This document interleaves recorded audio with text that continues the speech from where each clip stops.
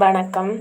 இந்த வீடியோவில் நம்ம டிசைனை எப்படி கிளாத்தில் ட்ரேஸ் பண்ணுறது அப்படிங்கிறத பார்க்கலாம். ஃபஸ்ட்டு நமக்கு தேவையான டிசைனை ட்ரேசிங் பேப்பரில் ட்ரா பண்ணி வச்சிடணும்.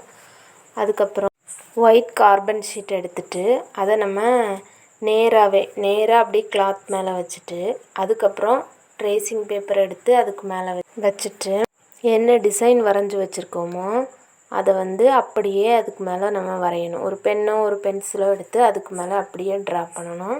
இப்போ நான் வரைஞ்சிருக்கிறது ஸ்லீவ் டிசைன். நான் பென்சில் வச்சு ட்ரா பண்ணியிருக்கேன். இப்போ அதுக்கு மேலே பென்னால் வரைகிறேன்.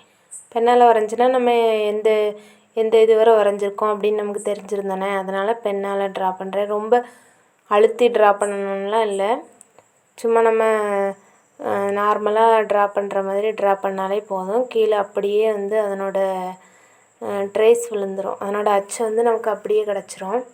அதனால் நான் இப்போ பாருங்கள், சும்மா நார்மலாக வரைகிற மாதிரி தான் ட்ரா பண்ணுறேன். இந்த ப்ளவுஸ் நான் டிசைன் பண்ணும்போது அதை வீடியோ எடுக்கலை. இப்போ எப்படி ட்ரேஸ் பண்ணுறேன்னு காட்டுறதுக்காக நான் வேறு ஒரு பிளாக் கலர் துணியில் உங்களுக்கு பண்ணி காட்டுறேன்.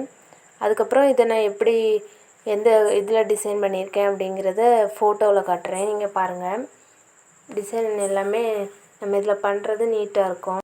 சாக் பவுடரோ இல்லை கரசினோ யூஸ் பண்ணும்போது ட்ரேசிங் பேப்பரில் ஹோல் போடணும். அதுக்கப்புறம் சாக் பவுடரை கரசினில் கலக்கி வச்சுட்டு திரும்ப நம்ம துணியில் முக்கி அதுக்கப்புறம் அதை தேய்ச்சி அது ரொம்ப வேலையாக இருக்கும். இது அப்படி கிடையாது. டிசைனை நமக்கு தேவையானதை ட்ரேசிங் பேப்பரில் வரைய போகிறோம். கார்பன் ஷீட்டை கீழே வச்சு அப்படியே நம்ம கிளாத்தில் அதை ட்ரேஸ் பண்ண போகிறோம். இது ரொம்ப ஈஸியான ஒர்க்காக இருக்கும். பார்க்கவும் நமக்கு நிறைய டைம் வேஸ்ட் ஆகாது. இப்போ பாருங்கள், நான் இந்த டிசைனை இதில் வரைஞ்சிட்டு கீழே துணியில் எடுத்து பார்த்தேன். இது நான் ரொம்ப அழுத்திலாம் வரையலை பாருங்கள். நார்மலாகவே நம்ம எப்படி எழுதுகிறோம் அந்த மாதிரி தான் வரைகிறேன். ஆனால் கீழே பார்க்கும்போது நமக்கு தெளிவாக ட்ரேஸ் வந்திருக்கும். அதனால் நான் இந்த மெத்தட் தான் எப்போவுமே யூஸ் பண்ணுவேன். நீங்களும் இந்த மெத்தட் யூஸ் பண்ணி பாருங்கள், உங்களுக்கும் ரொம்ப பிடிக்கும். இப்போ நம்ம இந்த டிசைனெல்லாம் போட்டு முடிச்சுட்டு அதை எடுத்துகிட்டு கீழே பார்த்தோன்னா அப்படியே நமக்கு எவ்வளோ இடம் போட்டோன்னா எவ்வளோ இடம் ட்ரா பண்ணணும் அவ்வளோ இடம் அப்படியே நமக்கு நல்லா நீட்டாக தெரியும். இது நான் வேறு கிளாத்தில் தான் உங்களுக்கு காட்டியிருக்கேன். ஆனால் நான் இந்த டிசைனை எந்த ப்ளவுஸில் போட்டிருக்கேன்னு பாருங்கள். டிசைன் நல்லா நீட்டாகவே வந்திருக்கு. இதை நான் ஃப்ரீ ஹேண்டில் தான் வரைஞ்சி ட்ரேசிங் பேப்பரில் ட்ரா பண்ணிவிட்டு இந்த கிளாத்தில் போட்டிருக்கேன்.